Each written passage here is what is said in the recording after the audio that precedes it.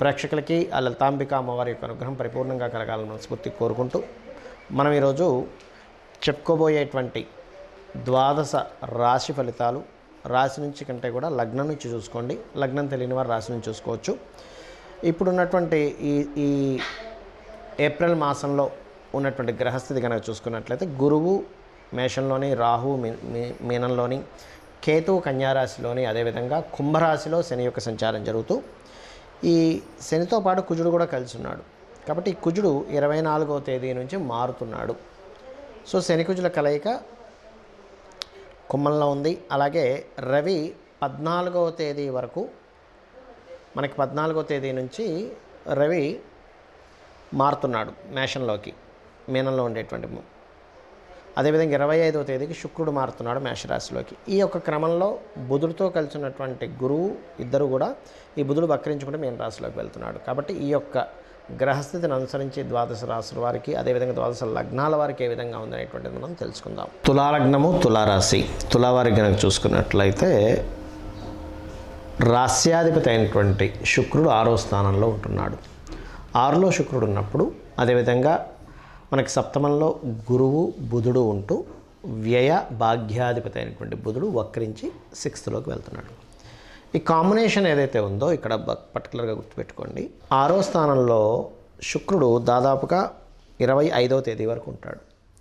అంటే స్త్రీల మూలంగా ఏదైనా శత్రుత్వాలు రావడం, ఎవరికైనా అప్పులు ఇవ్వడం ద్వారా శత్రుత్వాలు అనేటువంటివి వస్తాయి. బికాజ్ ఆఫ్ తులవారికి కేవలం ఏదో 6లో ఉన్న శుక్రుడు అనే కాదు, 2వ స్థానాధిపతి అయినటువంటి కుజుడు శనితో కలిసి ఉన్నందుకు ఇక్కడ సంతానం మూలంగానో, ఫ్రెండ్స్, ఎందుకంటే పంచమ స్థానం అనేటువంటిది ఫ్రెండ్స్ స్థానం. ఇది ఈ ఫ్రెండ్స్ స్థానంలో శని కుజులు ఎప్పుడైతే ఉన్నారో, ఈ శని కుజులు ఉన్నందుకు ఫ్రెండ్స్ మధ్యన ఏదైనా ఒక వివాదం కానీ, లేదా సంతానం కోసం ప్రయత్నం చేసేవారు కొంచెం ఈ ఐవీఎఫ్లు ఇలాంటి ప్రయత్నం చేసే విషయంలోని, అదేవిధంగా కొంత ప్రేమ వ్యవహారాల మూలంగా కొంత స్ట్రెస్ అవ్వడం. ఎందుకంటే ఇక్కడ ఇది స్త్రీ మూలక గ్రహం, అంటే స్త్రీ సంబంధించినటువంటి గ్రహం ఏదైతే ఉందో శుక్రుడు 6లో ఉంటున్నాడు. అంటే గొడవ కారక స్థానంలో ఉంటూ ఈ పంచమ స్థానంలో ఉంటుంది. కాబట్టి ముఖ్యంగా ఈ లవ్ అఫైర్స్, లవర్స్ మధ్యని, ఫ్రెండ్స్ మధ్యని, రాజకీయ సంబంధించిన విషయాల్లోని కొంత జాగ్రత్తగా ఉండాలి.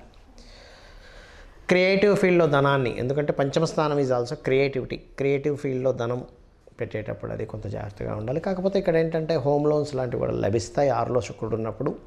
శుక్రుడు గృహానికి కారకుడు కావున. అలాగే ఇక్కడ ఈ సప్తమ స్థానంలో ఎప్పుడైతే గురువు ఉన్నాడో, గురువు బుధుడు ఉన్నారో, ఈ గురుబుధులు ఎప్పుడైతే సప్తమంలో గురుబుధులు ఉన్నారో, ఇది కొంచెం వివాహ విషయంలో ఈ గురువుకి బుధుడితో కలిసి ఉండి ఈ బుధుడు వక్రించక ముందు మాత్రం ఏదైనా బంధువర్గంలో ఉండేవారితో కుదురుతుంది సంబంధం అనేటువంటిది. ఉద్యోగ సంబంధించిన విషయంలో మంచి హైక్ అనేటువంటిది, ఉద్యోగం, కొత్త ఉద్యోగాలు వెతుక్కోవడము, కొత్త ఉద్యోగాల ద్వారా మంచి గ్రోత్ ఉండడం, ఇటువంటివి గోచరిస్తున్నాయి బలంగా.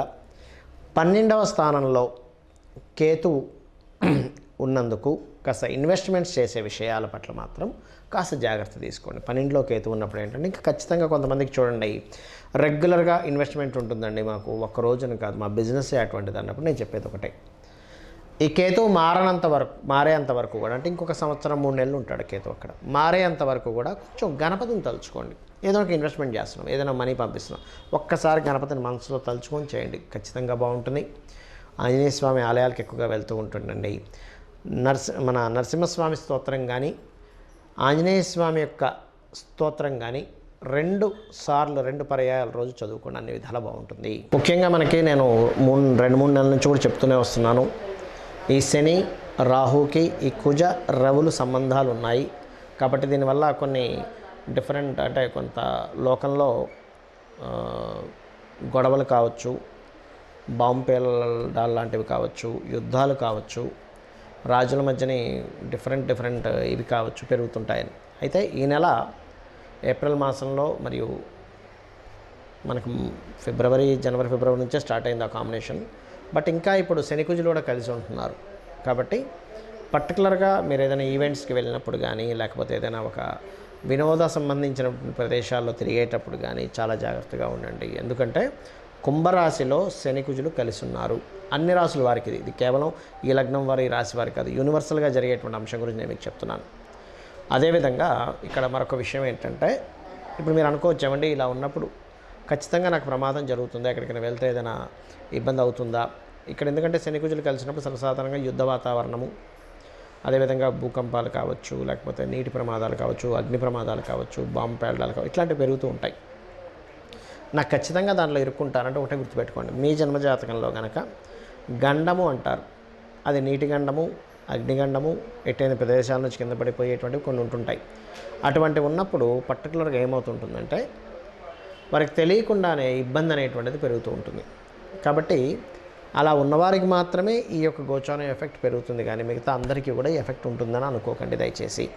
మరి అటువంటి వారు ఏం చేయాలి అని చెప్పి చూసుకున్నట్లయితే, అటువంటి వారు చాలా క్లియర్గా మీరు రోజు సూర్య నమస్కారాలు చేసుకోవడం ద్వారా లేదా లలితా సహస్రనామాలు వినడం ద్వారా ఆ యొక్క ఇబ్బంది నుంచి బయటపడవచ్చు. ఖచ్చితంగా అందులో ఎటువంటి సందేహం లేదు. ఎందుకంటే మీ జన్మజాతకంలో ఆ యోగం ఉన్నప్పుడు మాత్రమే ఇప్పుడున్న గోచారము ఇలా ఉన్నప్పుడు మీకు ఇబ్బంది కలుగుతుంది, కానీ అదర్వైజ్ ఏమీ అవ్వదు.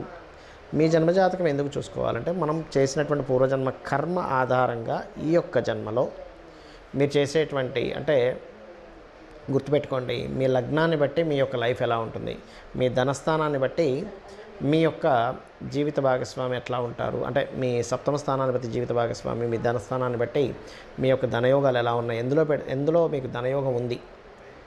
అదేవిధంగా మీ తృతీయ స్థానాన్ని బట్టి మీ ప్రయత్నాలు ఏ రకంగా మీరు ప్రయత్నం చేస్తే సక్సెస్ అవుతారు, మీ సిబ్లింగ్స్తో ఎలా ఉంటుంది, మీకు ప్రాపర్టీస్ ఏ దిశలో ఏ సమయంలో ఎప్పుడు కొనుక్కుంటే మంచిది, అదేవిధంగా సంతాన అభివృద్ధి ఎందుకు అవ్వట్లేదు, వివాహం ఎందుకు అవ్వట్లేదు, వివాహం ఆలస్యం ఎందుకు అవుతుంది, అసలు ఇది సరైన సమయమా కాదా వివాహానికి, అదేవిధంగా లైఫ్లో టర్నింగ్ పాయింట్స్ కావచ్చు, జాబ్లో బాగుంటుందా లేనట్లయితే బిజినెస్లో బాగుంటుందా, ఇన్వెస్ట్మెంట్స్ చేయడం అనేటువంటిది మీ ఒకటే గుర్తుపెట్టుకోండి, ఇన్వెస్ట్మెంట్స్ ఎప్పుడు చేయాలి, ఏ సమయంలో చేయాలి, ఎలా చేయాలి అనేటువంటిది ప్రధానంగా ఉంటుంది, అక్కడ గుర్తుపెట్టుకోండి.